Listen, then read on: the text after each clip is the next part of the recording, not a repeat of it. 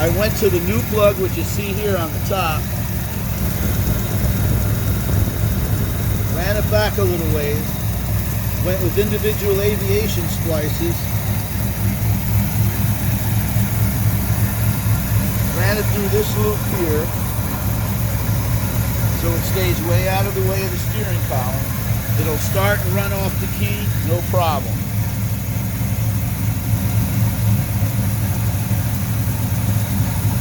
Let's do an ops check for you, kiddo.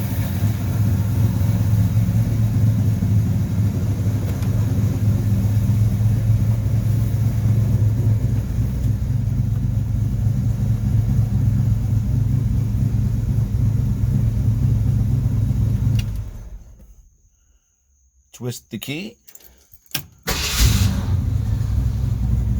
It's alive. The Fairlane's alive.